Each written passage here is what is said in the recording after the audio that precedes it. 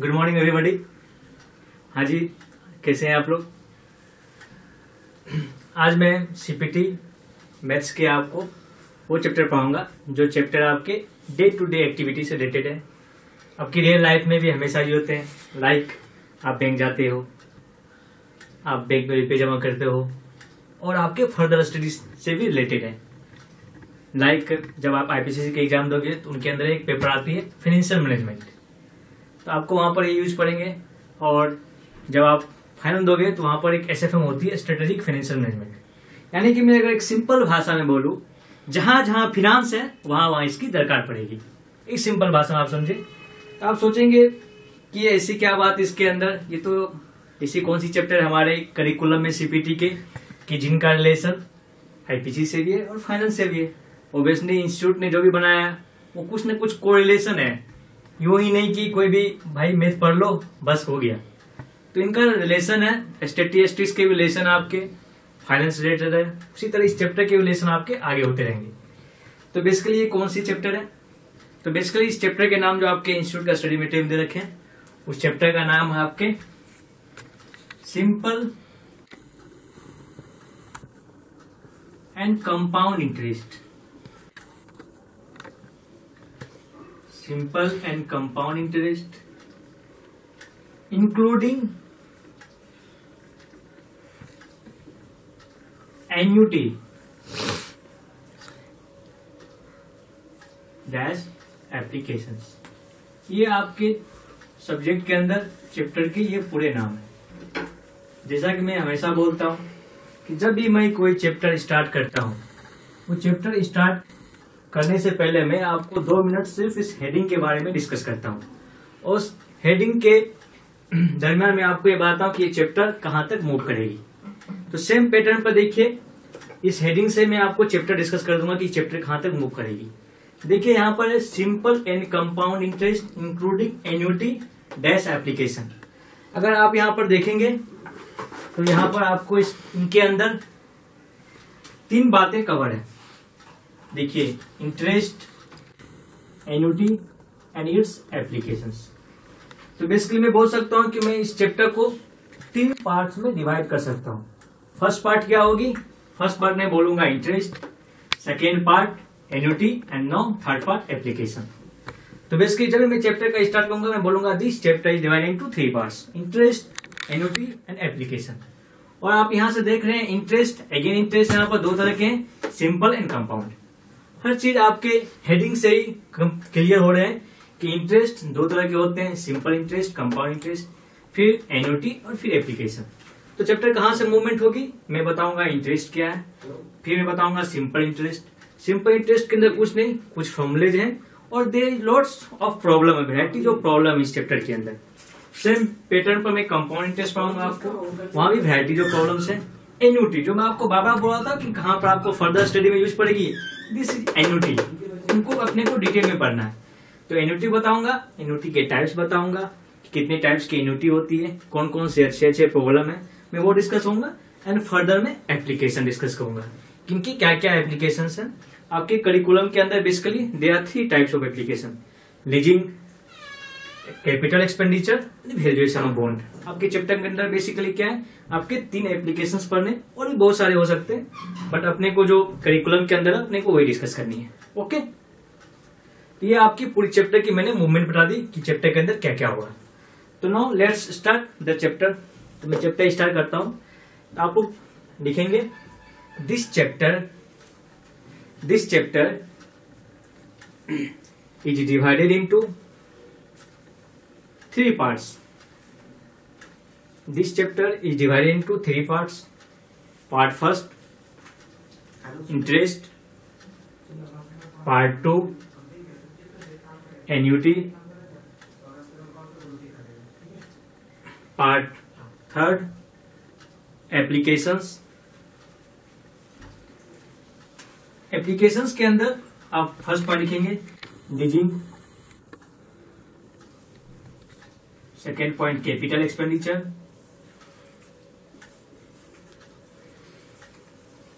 Third point valuation of bond. ये अपने curriculum में basically they are 3 applications. Okay, now अब हेडिंग देंगे आप पार्ट फर्स्ट आपका जो है इंटरेस्ट, पार्ट फर्स्ट इंटरेस्ट। मैं थोड़ा आपको यहाँ पर मैं इंटरेस्ट का बताना चाहता हूँ कि बेसिकली इंटरेस्ट क्या होते हैं, जानते तो सभी हैं, बट इंटरेस्ट की एक्चुअल डिफिनीशन क्या होती है मैं आपको बेसिकली ये बताना चाहता हूँ यहाँ पर कि इंटरेस्ट क्या है। तो इसके देखिए एक सिंपल सी स्टोरी है इंटरेस्ट की। जनरली जानते हैं नॉर्मल लाइफ में there are 2 types of expenditure होते हैं, एक नॉर्मल एक्सपेंडिचर और एक एक्स्ट्रा एक्सपेंडिचर। नॉर्मल एक्सपेंडिचर जो होते हैं वो day to day activities related होते हैं, तो उनमें कोई प्रॉब्लम नहीं होती है।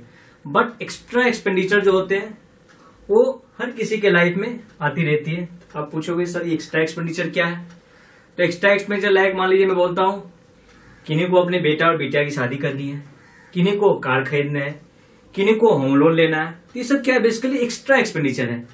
तो ये एक्स्ट्रा एक्सपेंडिचर जो होती है कोई कितना भी अर्न करे वो फुलफिल नहीं हो पाती है, क्योंकि जो जितना अर्न करते हैं उनके हिसाब उनकी रिक्वायरमेंट होती है, उनकी बजट होती है। तो basically this is called extra expenditure. अब मान लीजिए मैं बोलता हूँ कि मेरे गार्जियन है, उनको अपने बेटे की शादी करनी है, तब वो टेंशन में जी कि मेरे पास उतनी अर्निंग कैपेसिटी नहीं है कि मैं शादी खर्च कर पाऊं। तो क्या करेंगे वो बेसिकली रुपये के इंतजाम तो करेंगे, शादी तो करनी है जरूरी तो है, और रुपये के इंतजाम करने क्या क्या करेंगे। तो बेसिकली रुपये जब भी सोचता हूँ रुपये कहाँ से आएंगे तो उनके लिए 3 जो है आइडियाज आते हैं माइंड के अंदर। ये 3 आइडियाज हैं, ये 3 पर्सन्स हैं जो कि बेसिकली आपको आते हैं। फर्स्ट जो सबसे पहले माइंड में आती है अपने रिलेटिव लोग, क्लोज रिलेटिव लोग। आप बहुत खुश होते हैं, हाँ जी रिलेटिव को पैसा देंगे, तो आप आराम से सुबह घर से निकले, जी हाँ जी मेरे बेटे की शादी करनी है, मैं रिलेटिव के पास जा रहा हूँ, मुझे रुपये तो मिल ही जाएंगे, आप चल दिए। बट आप वहां जाके बोले और तो समझ में आ गया आपको मैं ऐसा क्यों बोल रहा हूँ, बिकॉज उनको रुपये नहीं मिले। और जनरली ऐसा ही होता है रियल लाइफ में, सबसे पहले तो रिलेटिव मना करते हैं, अरे भाई मेरे पास पैसे कहाँ है, तुमको है तो तुम मुझे दे दे, मैं बिजनेस स्टार्ट कर दूंगा। तो पहले ऑप्शन तो ऐसे ही छट गए, तो कोई बात ही नहीं है। अब बच गए 2 ऑप्शन और 3 ऑप्शन, ये 2 ऑप्शन है अपने पास है। तो सेकेंड ऑप्शन क्या है जी, सेकेंड ऑप्शन है जानते हैं कि मार्केट में मोटे मोटे सेठ लोग बैठे रहते हैं रुपया लेने के लिए, हाँ जी होते हैं। तो सेठ लोग होते हैं, तो सेठ लोग भी रुपया देते हैं, तो आप उनसे रुपया ले सकते हो, सेकेंड ऑप्शन आपके पास है।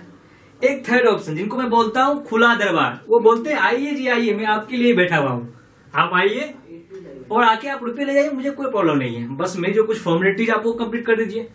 तो खुला दरबार मतलब समझे, मैं बेसिकली बात कर रहा हूँ बैंक्स की बात कर रहा हूँ, जो बैंक खुले दरबार है, आप उनकी कुछ फॉर्मेलिटीज कंप्लीट करें, आप ले जाए, मुझे कोई प्रॉब्लम नहीं है। तो बेसिकली क्या होते हैं ये और ये, मैं सेकेंड ऑप्शन में बोलूंगा कि मार्केट में जो सेठ लोग बैठते हैं उनको मैं बोलूंगा कि ये लेंडर है, ओके, और ये बैंक्स है, कोई प्रॉब्लम नहीं है। तो ये अपने पास ये 2 ऑप्शन है, ये 2 ऑप्शन जिनसे मैं रुपये ले सकता हूँ। आप इनसे भी ले सकते हैं, आप इनसे भी ले सकते हैं, ठीक है। पहले ऑप्शन तो ऐसे ही कटिंग हो गए, कोई बात नहीं है। अब जी मैं इनके पास गया रुपये लेने के लिए, तो मैं बोला जी मेरे को अभी मैं कम अमाउंट लेके चलता हूँ, मैंने बोला मुझे 5,000 रुपये की रिक्वायरमेंट है। तो ये दोनों ही बोलते हैं हाँ जी कोई प्रॉब्लम नहीं, आप ले जाओ 5,000 रुपये। तो मैं ठीक है आप मेरे को दे दो 5,000 रुपये, आप लेंडर के पास जाओगे तो उतनी फॉर्मेलिटीज नहीं करनी पड़ेगी, लेकिन बैंक वाले के पास जाओगे तो आपको बहुत फॉर्मेलिटीज करनी पड़ेगी।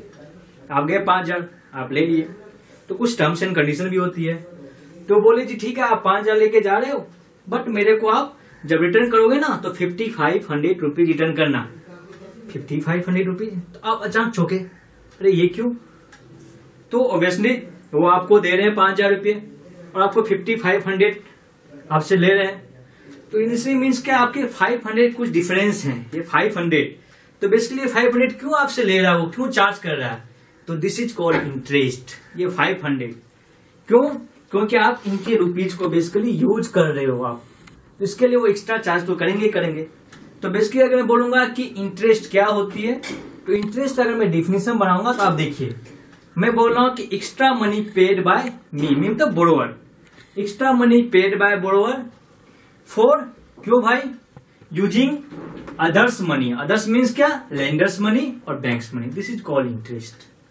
ओके, तो इंटरेस्ट का डिफिनेशन लिख लीजिए। Interest dash extra money paid by a borrower,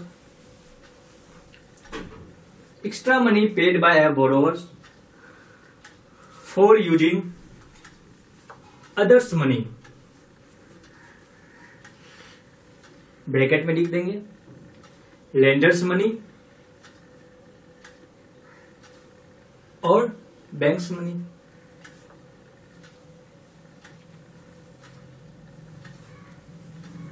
clear? तो बेसिकली समझे सिंपल भाषा में इंटरेस्ट क्या है? कुछ नहीं जी, मेरे को जो आप दिए जितना डिफरेंस वही तो इंटरेस्ट है। मैं आपके रुपये को यूज कर रहा हूँ एक सर्टेन टाइम पीरियड के अंदर, वही तो इंटरेस्ट होगी। अब मेरे माइंड में एक ख्याल आती है कि मैं उनको इंटरेस्ट क्यों दूं, आखिर क्या रीजन है मेरे को इंटरेस्ट देने का। तो बेसिकली क्या होगा, कुछ फैक्टर्स है जिनके बेसिस पर हम इंटरेस्ट देते हैं। तो क्या क्या फैक्टर है? तो दे आर 5 फैक्टर हैं जिनके बेसिस पर इंटरेस्ट क्रिएट किए जाते हैं। तो बेसिकली पहले मैं इनको समझाता हूँ फिर लिखाऊंगा। फर्स्ट फैक्टर है जी time value of money. Time value of money, ये 5 फैक्टर हैं जिनके अंदर first factor time value of money.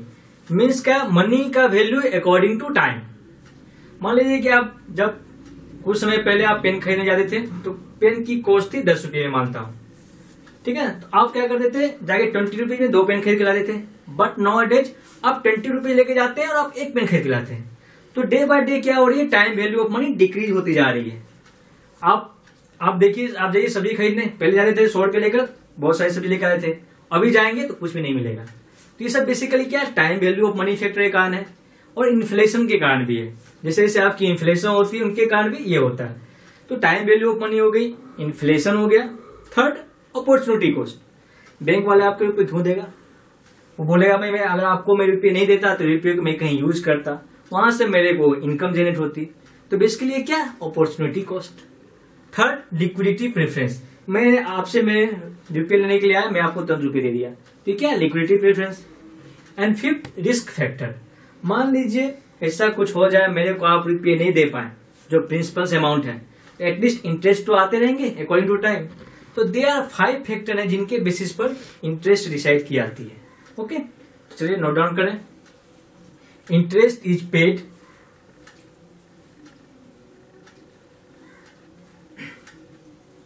Due to following reasons. First, time value of money.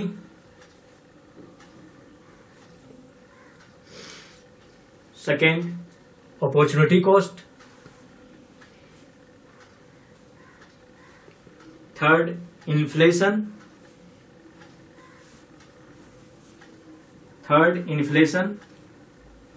Fourth, liquidity preference. Fifth, risk factor, जिनके basis पर basically interest दिए जाते हैं। तो इस तरीके इंटरेस्ट का क्या बन गया जी, अगर मैं फॉर्मूला में पढ़ूंगा तो इंटरेस्ट को बेसिकली मैं आई से डिनोट करता हूं। ओके, तो क्या हो गया, मैं बोलता हूं जी मैंने पहले फाइनल पेमेंट ऑब्लिक रिसिप्ट, जो मैंने उनसे 5500 रुपीज लिए थे वही तो फाइनल पेमेंट थे या रिसिप्ट बोल दिए, माइनस इनिशियल बोरोइंग। अगर मैं बोरो करता हूं तभी तो पेमेंट करूंगा, या फिर लेंडिंग। ये 5500 रुपीज जो मैं बोलूंगा फाइनल पेमेंट, बेसिकली ये क्या है, दिस इज कॉल्ड, अगर मैं बोलूंगा अगर मैथमेटिकल टर्म में, this is called A means accumulated amount. इसको बोलते हैं basically A means accumulated amount. आप लोग इसको नोट डाउन कीजिए, this is called accumulated amount. And what is initial borrowings, basically this is called principal. P से इनको हम नोट करेंगे, this is called principal. Okay, तो आप देख रहे हैं आपका इंटरेस्ट क्या हो गया, 5500 माइनस 5500 इंटरेस्ट। तो बेसिकली क्या हो गया, I equal to A minus P. कुछ भी लर्न करने की दरकार नहीं है। Final payment minus initial payment, accumulated amount minus principal, this is called interest. और यही पढ़ते हैं आप इंटरेस्ट का फॉर्मूला, 5000 रुपए निकल गए, 5500 माइनस 500 5000, 5500 माइनस 5000। तो फाइनल पेमेंट क्या हो गया, बेसिकली एक्यूमुलेटेड अमाउंट ना, बिकॉज इनके अंदर इंटरेस्ट इंक्लूड है, और ये प्रिंसिपल आप इनिशियल ले गए, तो दिस इज बेसिकली इंटरेस्ट। तो मैंने आपको कुछ अभी सिंपल इंटरेस्ट के बारे में आपको बताया कि ये इंटरेस्ट क्या होते हैं। अभी मैं आपको सिंपल इंटरेस्ट, कंपाउंड इंटरेस्ट, इनके बारे में अभी मैं डिस्कस नहीं कर रहा हूँ। ओके, अब मैं नेक्स्ट अभी जो डिस्कस करूंगा वो बेसिकली एन्युटी डिस्कस करूंगा। ओके,